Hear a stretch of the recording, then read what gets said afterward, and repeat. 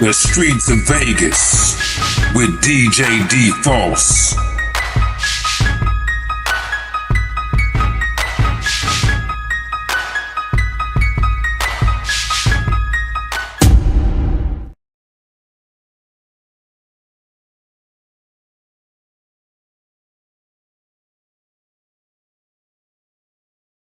Streets of Vegas, DJ DFOS I.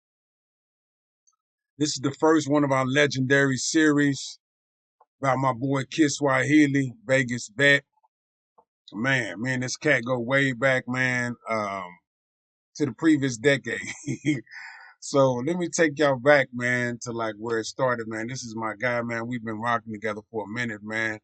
Not even on just on the music level, but on the, like a spiritual level too. So we're kind of like both the levels kind of coincided, man. But this is my guy, man. I told him, man, like, hey, bro, like what you did in the game needs to be documented. Like, I got to give you your flowers, man. You know, I Kanye West said you never get the flowers when you can smell them. And I think some people don't really realize what their contribution to the game has done. They maybe they underestimate it or undervalue it, man. But I just wanted to let you know, bro, I had to put this together, man, and make it right, bro, because you did your thing, man. So let me take it back to where it started at. It started here, 1993, on Lake Mead and Jones. I lived on Lake Mead and Jones. I lived on Lake Mead and Jones in these apartments, right? And so I stayed on one end. He kind of stayed on the other end, like. And as he was pulling up, I used to always see him walking to a spot. You know, hey, what's up, bro? You know, how you doing? It was always respect. You know, hey, what's up, man? How you doing? So we chopped it up a little bit sometimes. Come to find out that he rapped. And I said, yeah, man, you know, I kind of do my thing. So I was just barely getting to Vegas, man, maybe 91. So this was a few years after I really got to Vegas. I was working at the Santa Fe Hotel. So still trying to, you know, make my way doing my thing. And so, you know, we used to always, you know, rap or whatever, talk, you know what I'm saying, chop it up a little bit. But we never really did nothing musically wise. It really wasn't time yet, you know, it was kind of before the time. So I moved away from over there. And yeah, that's when I moved to North Las Vegas, right? And so me and my boy, Terry Belas, Mr. Belo, his stage name was W.B.K. Mobb. We was putting together this project. We were signed to Black Market Records, right?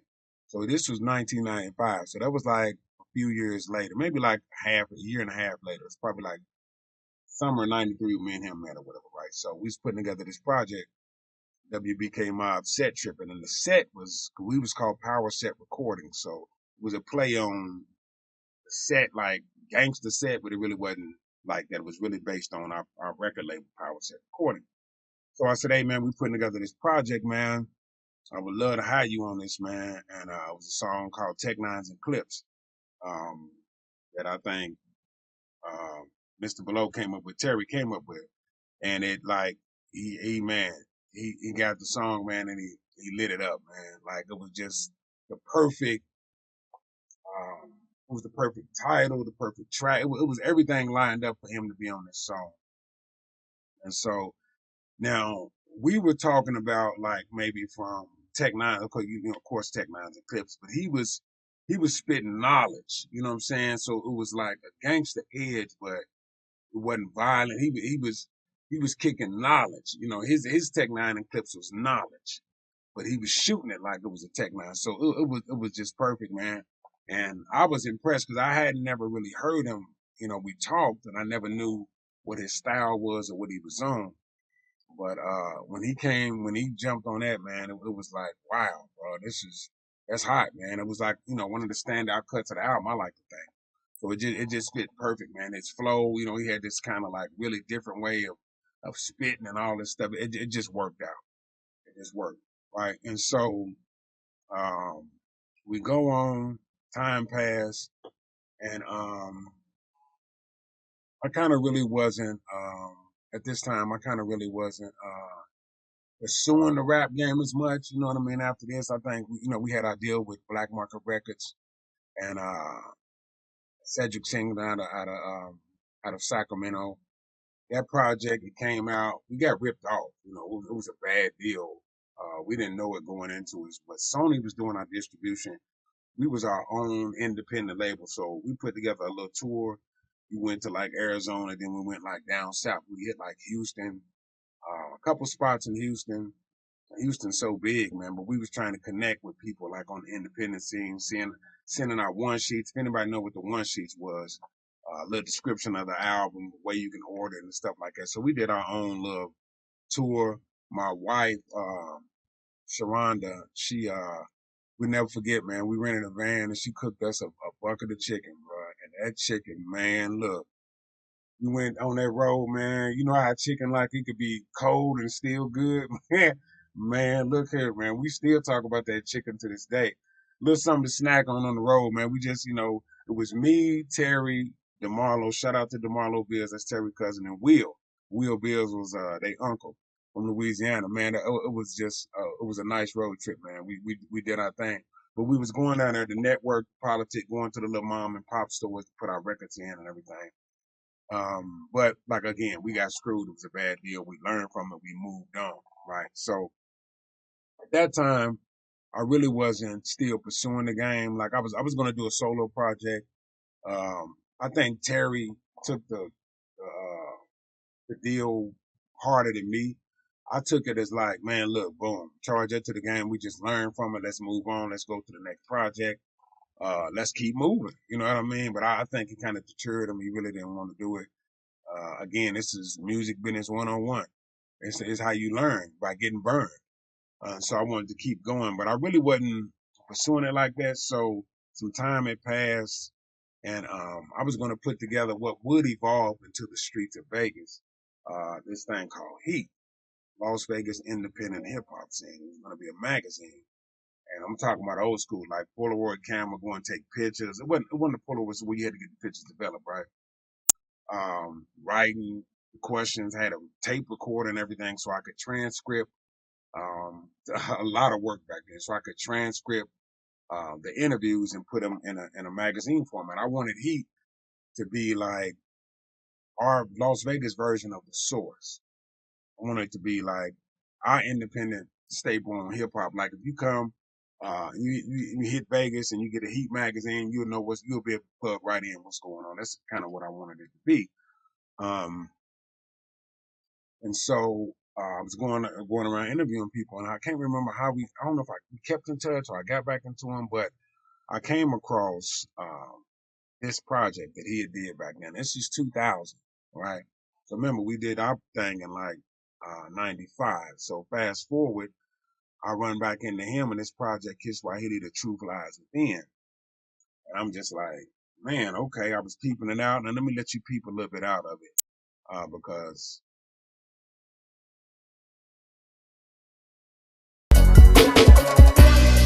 the inevitable, my master's flows. Behold the chronicles of a traveled road.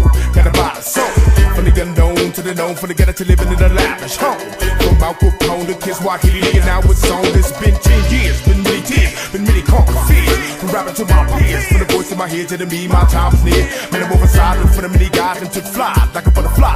Realized my purpose in life and now pursuing to the day I died. The ways of the older changing, rearranging the truth is being revealed. And niggas is thanking my rhymes are designed to increase the mind, teaching the species that's endangered. For the truth of self-realization, being suppressed throughout the nation. We facing incarnation and don't understand the time we wasting. It's critical, trying to find a connection to the soul. That many don't know, that's one of the purposes before we go. Stuck in the material existence, with no understanding of the mission.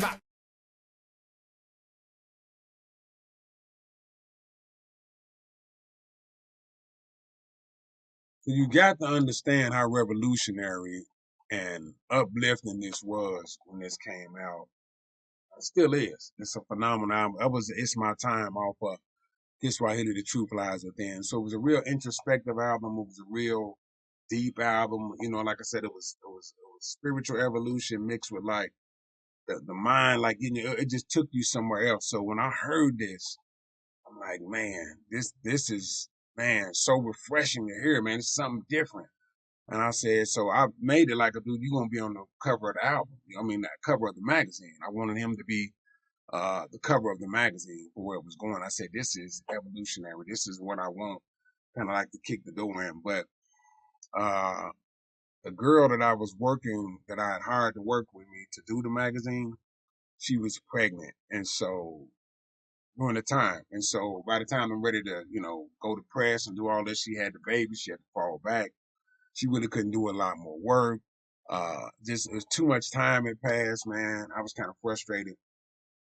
But I understand she was pregnant, and so it just kind of fell apart. To this day, I think I still have some of those recordings and interviews and pictures somewhere around here, because I was going around getting pictures. One day I'm gonna have to put together just something with all the pictures and all the cats I got from that era, man. I mean, like, this is the real hungry era when cats at home in the studio writing their rhymes, like. And so I was interviewing them, getting all that stuff together, man. It was going to be big, man. And so later on, of course, the Heat magazine part of it, died down, but which would eventually become the Streets of Vegas, which more went like a YouTube blog format. But again, when I heard him, man, on that, I was just like, man, dude, you really got something. And so his grind, man, was relentless, man. He would take his CDs and go down to the strip and really, really push his work, man. Really, really put it out there, because you got to believe in your product. This is when the out the trunk era was real big. Like, you slanging out the trunk. You could take your stuff, and make $200-300 a night if you believe in your product and you hitting the right spots and all that. But he kind of paved the way, kind of showed, the independent hustle, man. He had heart, you know what I'm saying? His heart was big, and his heart, he believed in it, man. And he had a nice body of work. So let me show you some of the stuff where some of the spots he was hitting and some of the people he was hitting. Give me a second.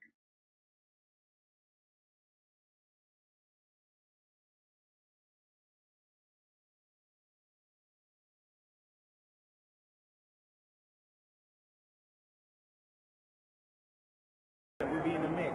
Much love, man.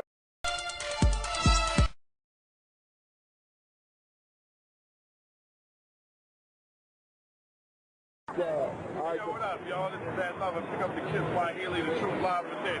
This is on the strength of a young artist trying to do something. So y'all listen up for Kiswahili, man. You know what I'm saying? The Truth Live Within, but you ain't never lying right there. All right, go ahead. Listen all that? Yeah, go ahead. What's not meant for me to say? Man. Life, baby. Holla. Yeah. Said he didn't have no cash on him, man. Man. You said it's $10, I said, yeah. Said I don't have no cash on me, man. I missed all of it before he got it. He said, man, it must not be enough for me to say. So I guess not. Slept on the CD. Hey, Rotterdam, you still broke today, man? We don't want to be videotaped. We're just trying to walk through. Leave that man alone. Yeah, pick up that Kiswahili, man. Get that motherfucking album, my lord. For sure. Yo, my man right here, Truth Live Within, Kiswahili. Cop this. It's gonna be hot. I'm about to go bang it in the truck. So cop this right here, my man. Vegas, For sure. CQ, live and direct from the West Coast. Put it up for my nigga from the LA.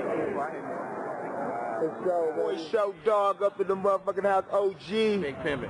Big Pimpin' got the Disciples of the Truth representing. What's up with it, man? Man, what you want to let all the young entrepreneur Negroes out there trying to do it on the independent level, man?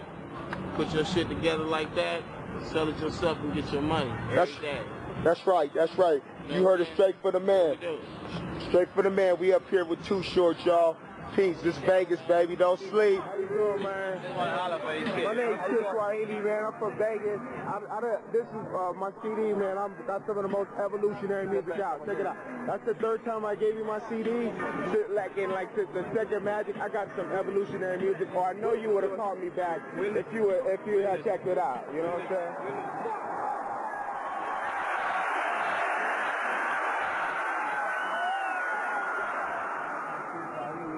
You know what I'm saying? This is the Shock Jesus. And this is Limo G Luciano putting it down for my family out here making it happen. He makes it go round in Vegas. We gonna bless this cat one time for sure, because the album ain't get it. Like you said, he make it go round and round. Yeah, we about to get around the crap tables in the Venetian, so that's where we at now. For sure. Hey, you know what? The real kids catch the Clipz and Hobart tonight. It's right there in the Y2K Club. Okay, cool. Yeah, holla at us later. We'll be in the mix. Much love, man. And good looking on the music. You know what I'm saying? For sure. We'll find that. What you guys got popping out, man? We gonna bump this. For sure. We just gonna go kill some time, mess with these greasy, do what we like. That's right. Much love, Shock.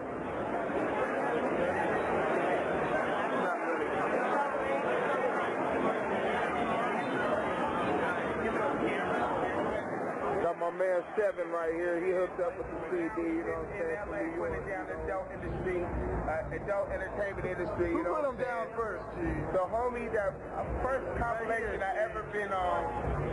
This the man right here. He put it out. They said Kiswahili, came out with the white boy, the This whole man, homie, put it down. The Neon Jungle was his compilation with a partner. You know what I'm saying? But this man right here has been putting it down, and I just wanted to put my man on here because he's definitely making it happen. You know what I'm saying? And he's still doing it. Still doing it. You know what I'm saying? That's the man right here, up and coming right here, hustler, straight hustler. You got that? Yeah, baby. Put it down up here in the Venetian, y'all. Truth lies within. You know what I'm saying? Truth, baby. How you got that?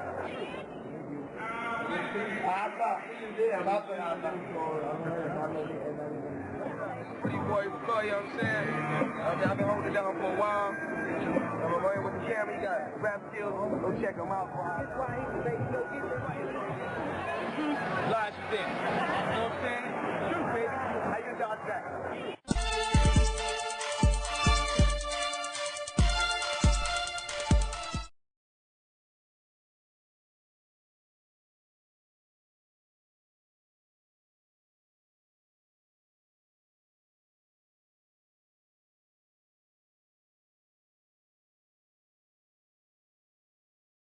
Y'all see, man, my boy was really putting it down, man. He was doing his thing, hit the strip and everything. Again, like you said, man, you can see he was really putting it down. He was really putting his foot in the ground. And so now we take this and we go a little bit further. So when I ran back into him again, this time, asked him what he was working on, he kind of came around, just like in 95 when I kind of looped around and pulled him for a project, asked him what he was doing, and he kind of looped around and pulled me for a project. I was like, oh man, I ain't really getting down like that, you know what I mean? But it was something different, right? And it was this project right here, Disciples of the Truth. This is 2001. So you see how much happened between 2000 and 2001. It's called The Last Supper.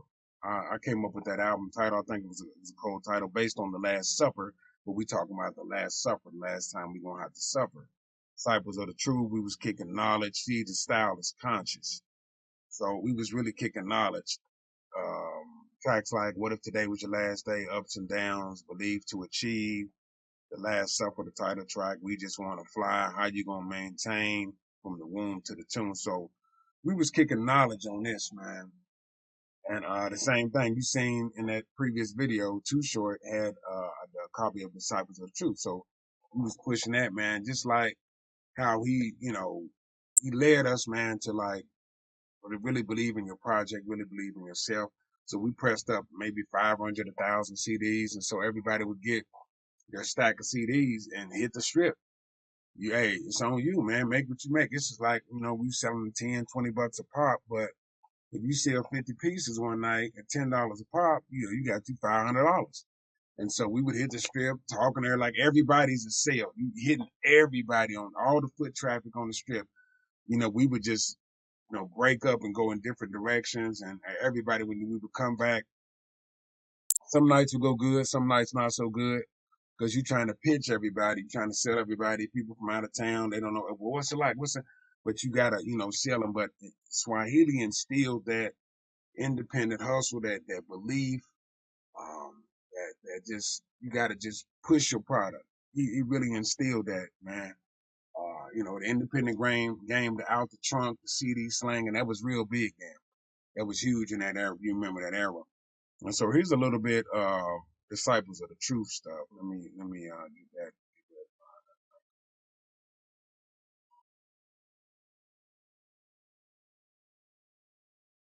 I thank you for my family here and above. We have so many names. The enemies in my sight, they're coming like a thief in the night, but it's gonna make it right. We go looking deep inside, I don't wanna die, wanna stay alive. So what to be living a lie? I know doing right makes it hard to get by, but I'm seeing the light, and it's gonna make it right. It's gonna make it right. We having a struggle to fight. The enemies in my sight, they're coming like a thief in the night, but it's gonna make it right. Making it connect with the divine mind, critical to the physical behind. Ain't nobody die, ain't nobody lying, ain't nobody crying, ain't nobody fine. Trapped to this hill firmly every different day. So I gotta strengthen my faith, keep my tabernacle riding, but since it's time, it's a parody for turn alive for individual to comply with a pattern of support. Push to go with the track, hold this back. Realize the war, recognize the sun. If you're medicated, how you gon' emulate it? If you're hating, how you ever gonna penetrate it? If you never sacrifice, how you gon' sanctify? Now I realize what it signifies when it was crucified. Before you would die, now we commit spiritual suicide. Blind is such a benign, not where you at. Get a hold of 3, 4, mind, body, get soul, get attack, negativity, with legitimacy and infinity. Watch it unfurl with the new word, hold of enmity. The enemies in proximity, but it never stop a nigga rubber teeth from the truth of the nitty go deep. Coming out of sin city on feet, living in the physical and not worldly. Got my own industry back of me, spiritually, got a better time affinity. Affiliated with unquarterable, uncorruptible, never more would I be soft, we can inevitable, something no more, we can digital and listening. We go looking deep inside, I don't wanna die, wanna stay alive.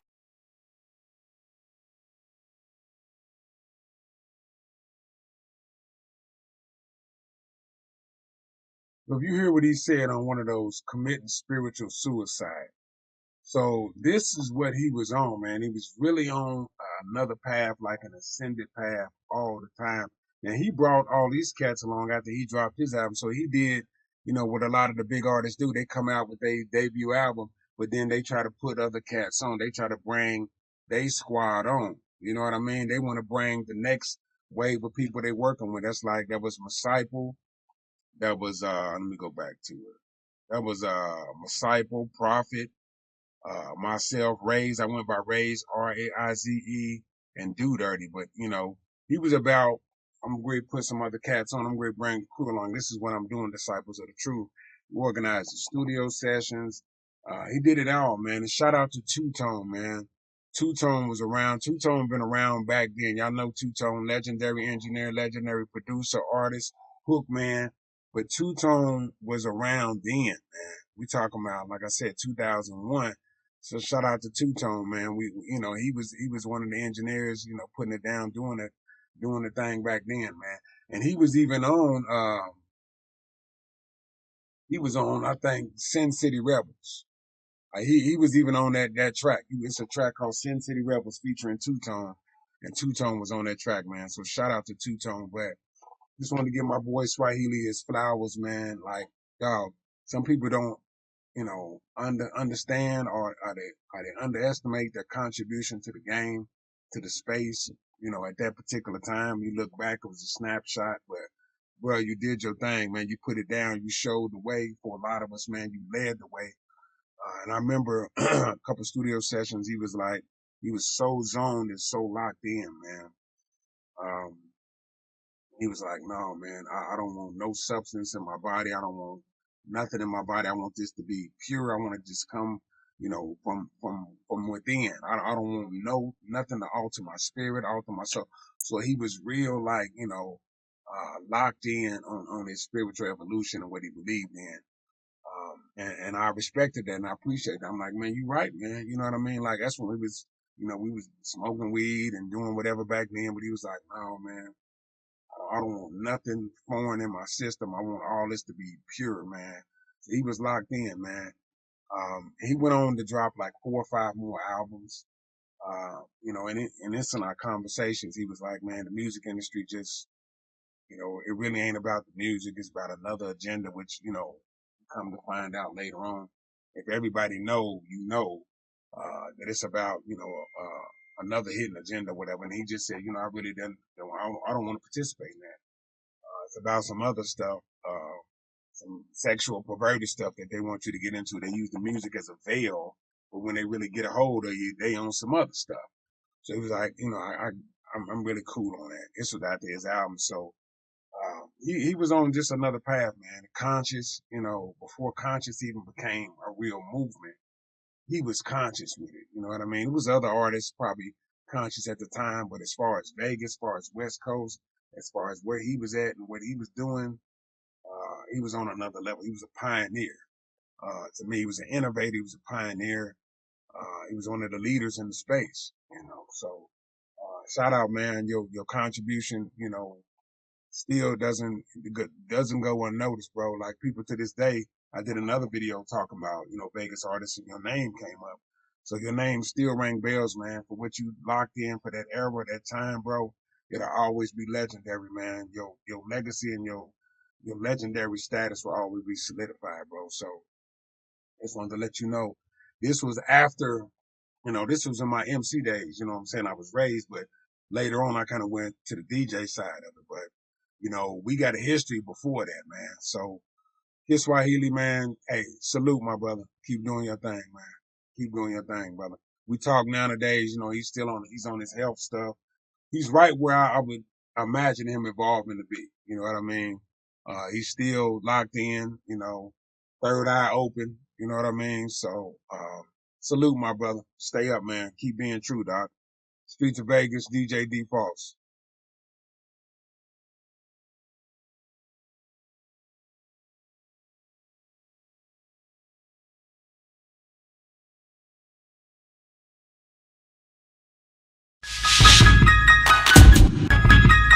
The Streets of Vegas with DJ DFOS.